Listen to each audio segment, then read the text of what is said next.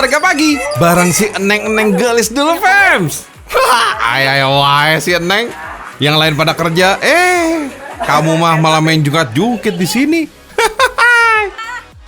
Ternyata, Fems, mereka bukan lagi olahraga nih, tapi mereka lagi bantuin masyarakat Kampung Pasir Meong, Cililin, Kabupaten Bandung Barat. Warga di sini memang terkenal sebagai pembuat kerupuk gurilem, Fems. Ini dia nih, salah satu produk berbahan baku tepung singkong alias tepung tapioka. Ini nih yang seru. Para pembuat gurilem ini harus cosplay jadi pegawai BMKG, Fems. Soalnya cuaca adalah jalan ninja. Buat yang belum kenal sama kerupuk gurilem, ini dia di penampakan nih, Fems.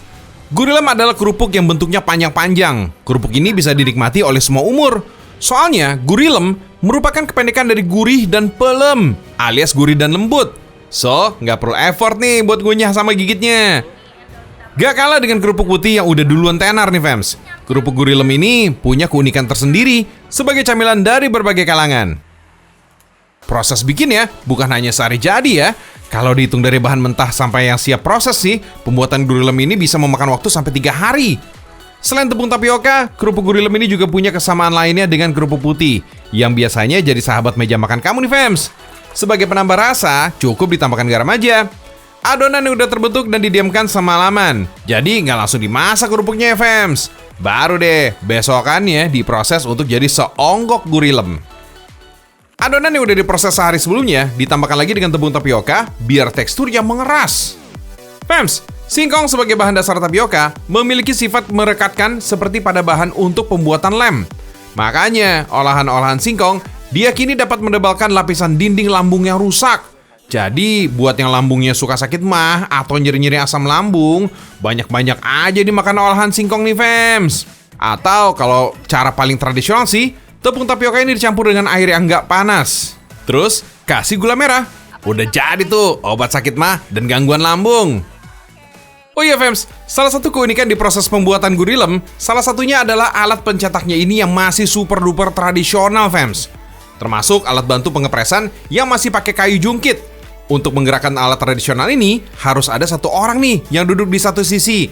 Dengan cara ini, kayu bagian lain ini bisa mengepres adonan. Lucu juga ya. Setelah melalui pengepresan, adonan ini akan berubah menjadi panjang. Berikutnya, udah bisa dikukus nih, Fems. Alat kukus yang dipakai ini juga, super besar. Gurilem ditumpuk setinggi badan manusia untuk bisa dikukus bersama. Malum, Fems, sekali kukus bisa menghabiskan waktu sampai 45 menit. Kalau nggak ditumpuk kayak gini, wah, proses bikin gurilemnya ini bakalan lama selesainya nih. Nah, ada istilah, kalau bikin gurilem itu harus ekstra sabar, Fems. Tuh, lihat aja tuh, asapnya bener-bener ngebul dan mengganggu mata. Soalnya mereka ini masih menggunakan kayu bakar sebagai sumber apinya. Selesai dikukus, adonan akan disebit, biar nggak menempel antara satu dengan yang lainnya. Semua proses panjang ini melibatkan banyak orang, Fems. Makanya nggak heran kalau gurilem ini disebut produk yang memberdayakan masyarakat sekitar. Yap, pegawai pabrik akan menyebarkan adonan ke warga-warga sekitar untuk menyelesaikan proses ini. Setelah selesai disebit, kerupuk ini akan dikembalikan ke pabrik untuk dijemur. Ini nih yang seru.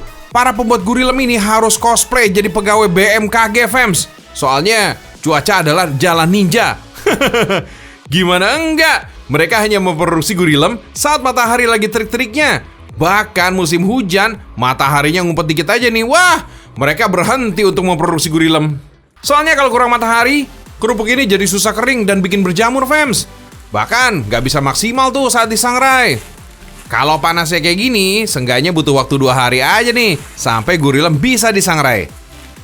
Nah, kalau kerupuk putih dimasak dengan cara digoreng, kerupuk gurilem gorengnya lebih spesial, Fems, yaitu pakai pasir. Tungku ini nih yang akan mematangkan kerupuk gurilem. Kerupuk dan pasir di dalam tungku harus selalu dibolak-balik biar nggak gosong. Gak butuh waktu lama, cuma 2-5 menit aja untuk bisa bikin kerupuk gurilem mengembang sempurna, Fems.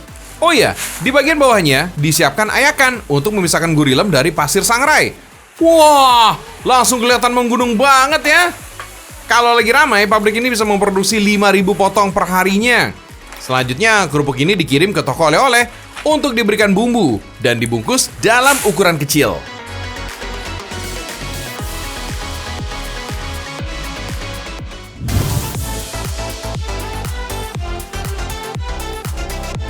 Fams, kalau kita ngomongin umbi-umbian yang satu ini, pasti identik banget nih sama golongan sobat miskin, alias wong cilik. Memang sih, kalau dulu singkong merupakan salah satu makanan pokok masyarakat Indonesia, selain padi dan sagu. Bahkan, singkong seringkali dijadikan pengganti nasi, karena kandungan karbohidratnya yang bikin kenyang, Fams. Gak cuma itu, singkong juga seringkali dijadikan menu sehat untuk diet, Fams. Kalau nurutin cara yang umum, kebanyakan orang mengolah singkong dengan cara direbus. Selain teksturnya jadi empuk, rasanya juga nggak ngebosenin. Tapi, gak jarang juga, Fams, singkong diolah dengan cara digoreng, biar terasa krenyes-krenyes saat disantap. Tapi jangan salah, Fams, inovasi olahan makanan ini terus berkembang. Mungkin kita nggak nyangka ya, kalau singkong yang dulu dianggap makanan wong cilik, sekarang justru bersanding dengan kuliner kekinian. Walau udah beradaptasi dengan zaman, tapi ada satu kebiasaan yang wajib nih dalam memilih bahan singkong. Pilih singkongnya yang udah tua, Fams, biar kalau udah diolah, teksturnya bisa lembut maksimal. Bahkan untuk proses awal nih, sebaiknya singkong ini tetap dikukus selama 40 menit. Ini dia, Fams, the power of singkong, yang akan berubah wujud menjadi croissant singkong. Kalau biasanya, bikin adonan croissant ini wajib pakai terigu. Kali ini bahan-bahan adonannya didapat dari singkong. Tinggal masukkan semua bahan, lalu aduk manual. Setelah adonan rata, tinggal dibentuk jadi segitiga sebagai bentuk dasar roti croissant. Kemudian, kasih isian dark chocolate. Selanjutnya, langsung digulung deh. Untuk finishingnya, tinggal oles dengan kuning telur dan taburan keju. Berikutnya, tinggal dipanggang deh. Kita lanjut ke menu berikutnya nih, Fams, yaitu singkong rempah. Kali ini kajun dan daun ketumbar jadi bahan campuran wajib ini. Singkong juga dipotong gede-gede, Fams, terus meluncur ke kukusan. Stik singkongnya udah rapi banget nih. Itu tandanya siap dibumbui pakai racikan rempah. Biar wanginya membuncah, kita wajib pakai olive oil dan daun ketumbar. Kalau tampilan singkong udah kayak gini nih, Fams, apa iya masih layak dibilang makanan wong cilik, Fams? Meski murah meriah, tapi pada nggak nyangka kan kalau singkong ini bisa diracik jadi makanan yang fancy. Jadi sekarang nih, singkong kelasnya udah selevel King Kong, Fams. Alias udah sejajar dengan level kelas atas.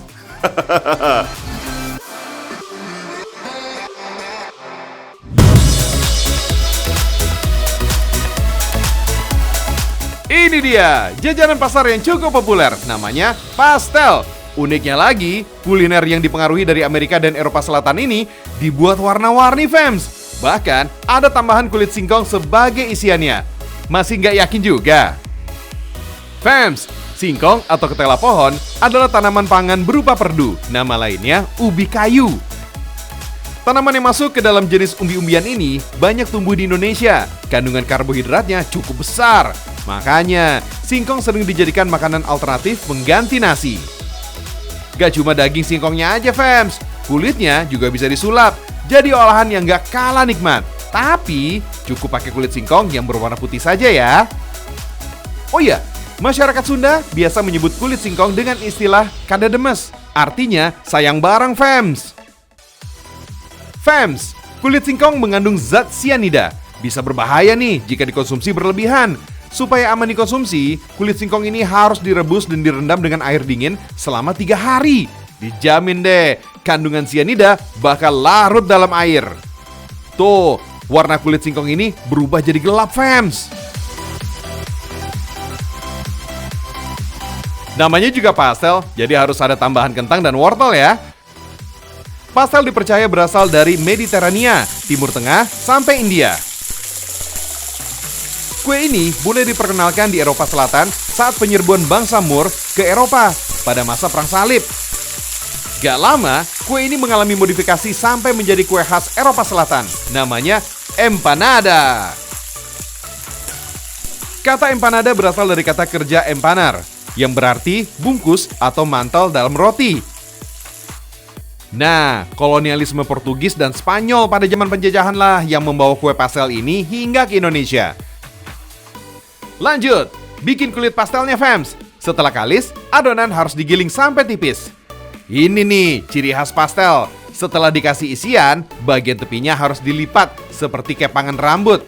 harus dipastikan isiannya nih tertutup rapat ya. Kalau enggak, isian pastel bisa ambiar saat digoreng. Lanjut, pastel harus digoreng supaya teksturnya renyah. Wait, jangan sampai gosong fans, biar warnanya tetap cantik keemasan. Beuh. Di beberapa negara seperti Meksiko dan El Salvador, pastel digunakan sebagai hidangan pembuka atau penutup. Kalau masyarakat kita sih, pastel kerap dijadikan cemilan yang bisa disantap kapanpun. Enak sih ya.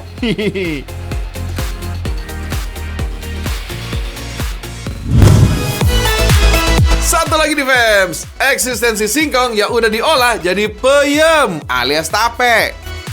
Buat masyarakat Jawa Barat, kuliner ini juga udah melegenda nih fams. Colenak alias dicocok wena.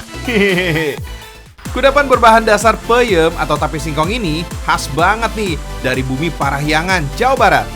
Colenak yang merupakan produksi asal kota Bandung pernah menjadi bagian dari sejarah saat kegiatan perdana konferensi Asia Afrika pada tahun 1955. Bayangin aja fams, makanan sederhana kayak gini bisa jadi suguhan untuk para pemimpin dunia. Resep colenak diciptakan oleh almarhum Pak Murdi sejak tahun 1930. Awalnya bukan pakai nama colenak fams, tapi peyem di gulaan. Nah, karena permintaan banyak pelanggan, Pak Murdi mengganti namanya menjadi colenak. Segitu simpelnya bahan-bahan colenak fams, karena cuma terdiri dari tape singkong dan unti. Unti itu campuran parutan kelapa dan gula aren. Fams, kandungan probiotik dan asam laktat pada tape singkong dipercaya bisa menangkal bakteri buruk, serta meningkatkan bakteri baik di sistem pencernaan. Tape singkong juga dipercaya bisa menjadi sumber energi, mengurangi jerawat, hingga mencegah anemia. Akan tetapi fams, mengonsumsi tape singkong terlalu banyak, ini juga bisa mengakibatkan kepala jadi gampang pusing. Ini semua karena adanya kandungan zat beralkohol yang timbul pada saat fermentasi pembuatan tape singkong. Batas paling aman mengkonsumsi tape singkong dalam sehari ada di angka 50 gram per hari.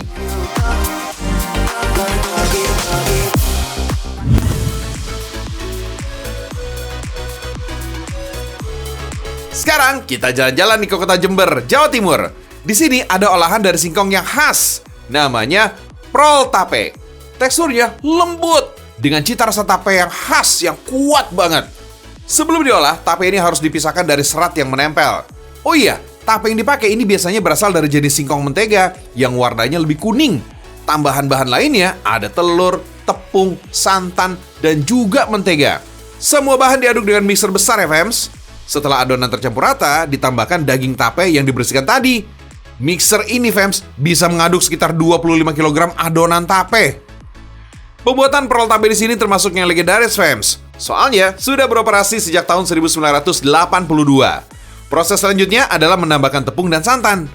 Kemudian diaduk sampai adonan mencapai tingkat kelembutan yang sesuai. Adonan tinggal taruh dalam loyang yang bisa menampung 4 prol sekaligus. Lalu, oven deh sekitar setengah jam sampai teksturnya setengah matang.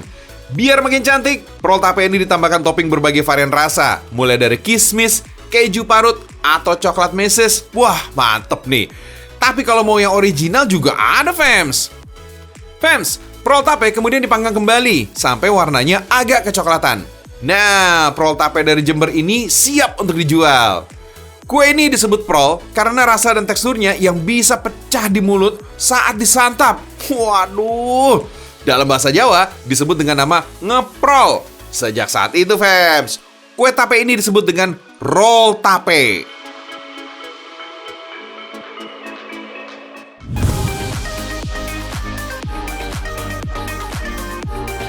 Oh iya fams, berlimpahnya ketersediaan tape singkong di Jember membuat masyarakat berinovasi dengan berbagai olahan. Selain prol tape, ada juga nih camilan manis dari tape. Teksturnya mirip dengan dodol. Namanya suar suwir. Kalau suar suwir ini menggunakan tape putih. Uniknya nih, kudapan ini menggabungkan aneka buah untuk menambahkan aroma dan rasa. Salah satunya tambahan buah sirsak. Dalam pembuatan suar suwir, adonan harus terus diaduk supaya nggak gosong. Tuh, lihat kan? Prosesnya mirip dengan pembuatan dodol. Cara aduknya juga nggak boleh sembarangan. Sodet harus maju mundur cantik kayak gini. Proses masak ini makan waktu sekitar 5 jam, fams. Katanya nih, fams, resep kudapan satu ini sudah ada sejak zaman dahulu. Kemudian, mulai dipasarkan sekitar tahun 80-an. Kalau sudah matang dan keras, suwir-suwir udah bisa dibentuk. Kemudian, potong kecil-kecil dengan ukuran memanjang kayak gini. Sekedar info aja, fams, suwir-suwir ini dulu hanya terbuat dari campuran tape dan sirsak. Katanya sih, tekstur buah sirsak yang berserat inilah yang membuat kudapan ini dinamakan suwir-suwir. Karena permintaan pasar, suwir-suwir ini bukan cuma dibuat dari sirsak aja, tapi ada bahan lainnya seperti coklat. Nah, sekarang nih, proses pengemasannya udah lebih modern, fams. Dengan mesin khusus pembungkus otomatis ini. Jadinya bisa menghemat waktu. Wah, kalau dulu sih, proses bikinnya masih manual yang hanya dibungkus kertas minyak. Proses pembungkusan ini bisa membuat suwir-suwir jadi lebih awet dan tahan lama. Sehingga cocok banget, fams, untuk dijadikan oleh-oleh saat berkunjung ke Jember.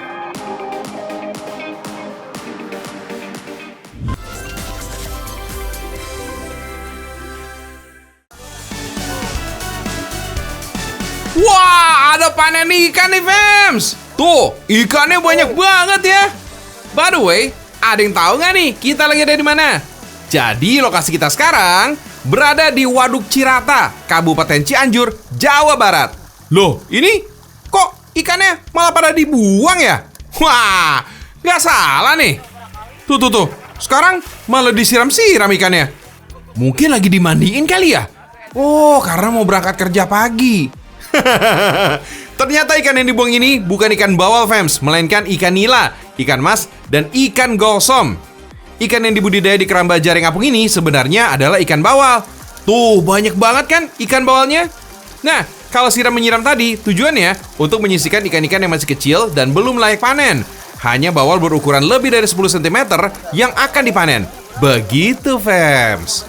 Ikan bawal yang biasa kamu makan di pinggir jalan, ini bisa jadi asalnya dari sini loh, fams. Soalnya di tempat ini, sekali panen ikan bawal, jumlahnya bisa mencapai 5 ton alias 5.000 kilogram.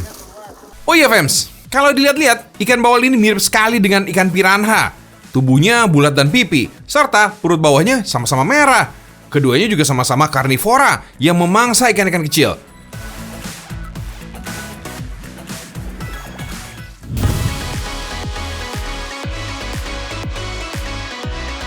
Kalau di Bali, ada hidangan ikan bawal yang disiram dengan sambal mata, fams. Wih, ini sih Bali banget nih. Apalagi lengkap sama nasi campur khas Bali dan sayur lawar khas Bali. Pecah, fams. Tapi kita bukan lagi ada di Bali ya, fams. Walaupun ada di Jakarta, tapi auranya Bali banget, fams. Mulai dari interiornya sampai makanannya. Di sini juga bisa makan di pinggir kolam sambil main air gitu, fams. Minumnya es buah, makanannya salad. Bukan deh, ini bukan salad, tapi lawar sayur. Namanya juga Resto Bali, tentunya kulinernya khas Bali dong. Oh iya, fams, yang membedakan nasi campur khas Bali dengan nasi campur khas lainnya adalah bumbu basi genep yang harus ada di hampir setiap masakan Bali. Pada dasarnya, isian nasi campur Bali ini bisa macam-macam, fams. Kali ini terdiri dari nasi putih, sate pelecing sapi, tum nangka, ayam besisit, kuah jukut nangka, kacang panjang dan kacang goreng, kulit ayam, sambal mata, dan sambal embeh. Sambal mata ini memang paling ngehits ya, fams. Banyak banget di penggemarnya karena rasanya yang seger dan nagih. Bahan-bahannya terdiri dari bawang merah, cabai rawit, air kelapa muda, terasi, dan tentunya jeruk limau untuk rasa segar di mulut. Setelah bawang merah dan cabai rawit dirajang halus, tinggal dicampur aja, fams. Lalu untuk salad khas Bali, ada juga tipat santok. Tipat dalam bahasa Bali artinya ketupat, santok adalah ulek. Jadi tipat santok ini berarti ketupat dengan bumbu ulek, fams. Nah, kalau makanan kerajaan yang selalu hadir saat perayaan tertentu, namanya lawar sayur tadi, fams. Bahannya terdiri dari sayur nangka dan kacang panjang yang udah dicincang dan direbus. Selanjutnya ada bawang merah goreng, bawang putih goreng, serta cabai rawit cincang. Bumbunya udah pasti harus ada basi genep alias bumbu genap, terasi, penyedap rasa, seledri, dan jeruk limau. Cara masaknya gampang banget, fams. Campur aja semuanya sampai rata. Terus tinggal disiram jeruk deh. Jadi deh. And last but not least, ada es buah Bali yang segar. Semua kuliner ini udah siap disantap. Tapi jangan lupa minuman khas Balinya. Ini dia nih, teh baas alias teh beras merah. Selanjutnya, siap disantap nih, fams. Kita mulai dengan yang pedas-pedas. Siram dulu ya, sambal matanya di atas ikan bawal. Perpaduan rasanya ini loh fams, kesegarannya dari bawang merah, pedasnya cabai rawit, dan asamnya jeruk. Itu wangi-wangi gimana gitu ya. Apalagi makan ini pakai ikan bawal yang matang sempurna. Dijamin susah berhenti fams. Wes, nasi campur jangan dianggurin dong fams. Ada ayam besisit yang gurih dan juicy, sate pelecing yang empuk dan legit, sambal mbah yang crunchy, lalu dimakan pakai kulit crispy dan kacang-kacangan. Sumpah, mana tahan fams. Selamat ngiler ya, kamu yang lagi nonton. Biarin aja deh, si Ade ini yang ngabisin sendiri makanan khas Bali ini, yang bikin pengen kembali ke Bali.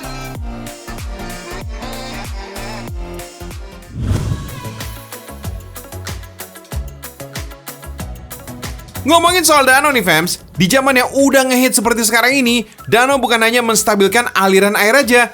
Contohnya, yang ada di kawasan Kota Baru Parahyangan, Padalarang, Kabupaten Bandung Barat.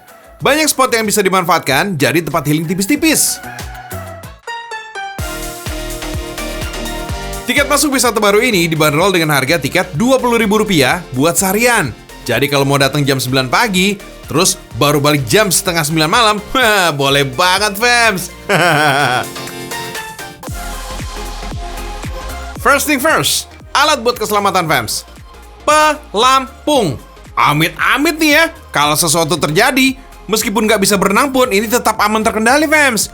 Kalau udah begini, bukan cuma orang dewasa aja nih bisa naik, anak-anak juga aman fams.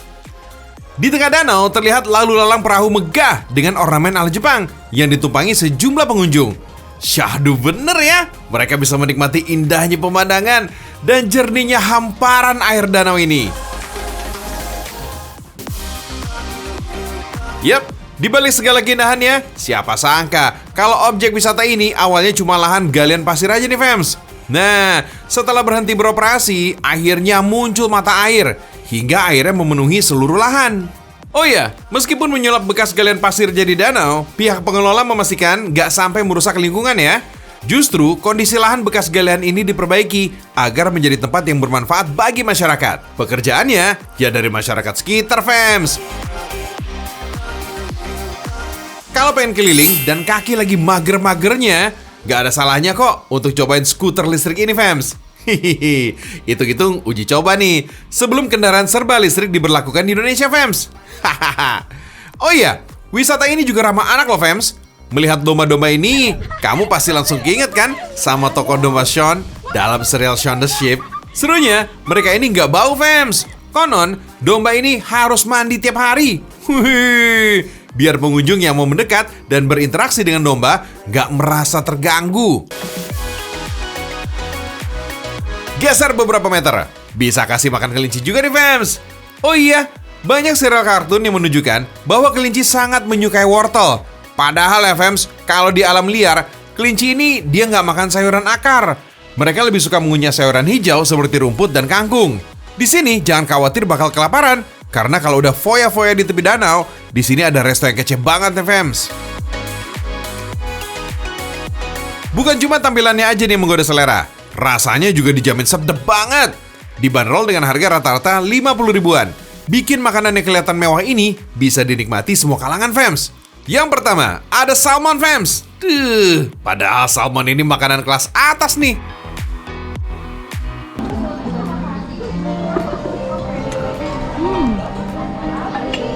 Daging salmonnya lembut, tapi kulitnya tetap crunchy ya. Terus ini potatonya juga enak rasanya. Namanya juga masyarakat Indonesia, belum afdol disebut makan kalau nggak ada nasinya. Di sini nasi mentai juga juara nih fams.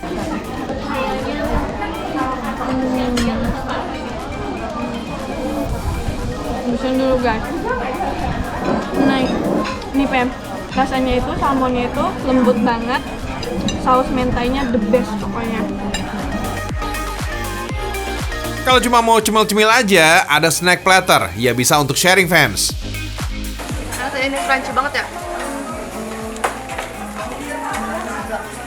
Cheese-nya creamy banget. Ininya crunchy. Jadi pas.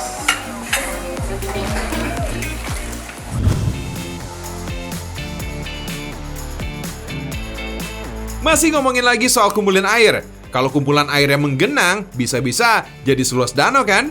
Nah, kebetulan ada sesuatu yang unik di atas danau yang mau kita bahas kali ini. Sekarang yuk ikut, kita main-main ke Danau Saguling di daerah Padalarang, Kabupaten Bandung Barat.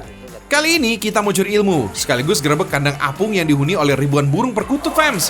Kandang ini jadi satu-satunya kandang perkutut yang ada di atas air danau di seluruh Indonesia loh.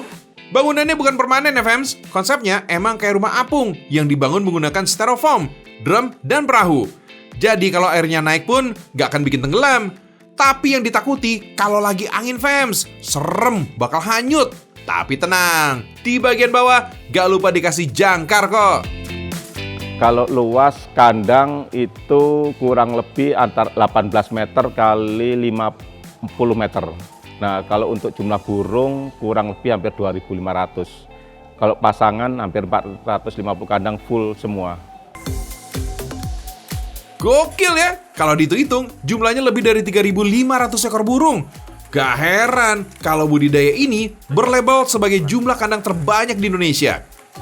BTW, emangnya nggak ribet apa? Pelihara sebanyak itu di atas danau lagi. Tentu ada risikonya kan ya? Kalau ribetnya pasti lebih ribet di sini. Satu, biaya perawatan, tenaga lebih susah di sini bersihnya. Kalau di darat kan tinggal nyemprot. Kalau di sini mau nggak mau harus di-scrub masing-masing satu. Bukan cuma manusia yang harus dijemur, perkutut juga wajib dijemur, fams. Sinar matahari bisa membunuh kurang lebih 85% virus yang sering menginfeksi burung. Selain itu, dengan adanya sinar matahari, penyerapan sari makanan ke dalam tubuh ini bisa bekerja lebih baik. Metabolisme tubuh burung juga jadi lebih optimal. BTW, fams, perkutut yang ada di sini merupakan perkutut Bangkok. Kalau dibandingin sama perkutut lokal, perkutut Bangkok ini cenderung punya suara yang lebih besar, ngebas, dan lebih merdu, fams. Kalau suaranya bagus dan unik, harganya pun jadi tinggi, fams.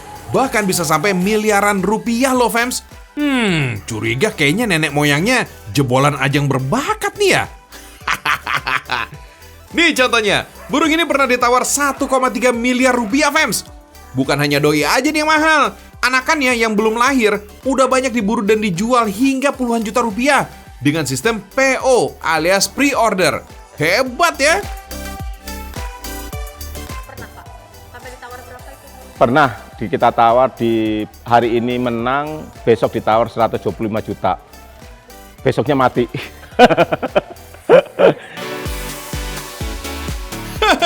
Si bapak bisa aja 125 juta melayang, masih bisa cerita sambil ketawa. Kalau kita sih bisa nangis bombay 7 hari 7 malam kali ya. Waduh. Yang gak kalah mahal adalah sangkarnya ini nih, fams. Bisa sampai ratusan juta loh. Apalagi kalau pembuatannya tergolong legend dan udah meninggal. Meskipun bekas dan udah kelihatan kusam, pemburunya masih banyak loh. Fams, meskipun ada embel-embel nama Bangkok, nyatanya perkutut ini asli berasal dari Indonesia loh, fams. Menurut beberapa ahli perkutut, sebenarnya perkutut Bangkok ini berasal dari Jawa. Karena di Thailand ini nggak ada hutan liar yang jadi habitat perkutut. Perkutut yang dipelihara di Thailand ini awalnya dibawa oleh para pekerja Romusa dari Jawa, sekitar tahun 1942 sampai 1945. Mereka ngebawa perkutut buat hiburan gitu ceritanya, fams. Ternyata banyak warga asli Thailand yang juga senang dengan nukau cewah alias burung Jawa. Nah, dari situ kemudian masyarakat Thailand berani menternakan perkutut sampai dikenal dengan nama perkutut Bangkok. Oh iya, fams, perkutut itu salah satu hewan yang gak rewel. Banyak burung yang makannya rakus dan menghabiskan banyak makanan. Hal ini gak berlaku untuk perkutut. Dalam sehari, doi hanya makan 2-5 gram biji-bijian. Jadi kalau ditinggal keluar kota pun, burung ini masih bisa aman sentosa. Tapi jangan ditinggal sebulan juga kali ya.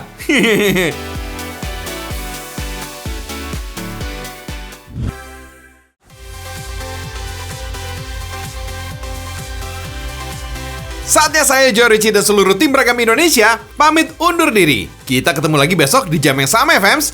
Selamat beraktivitas, semoga hari ini menjadi hari yang penuh berkah. Amin.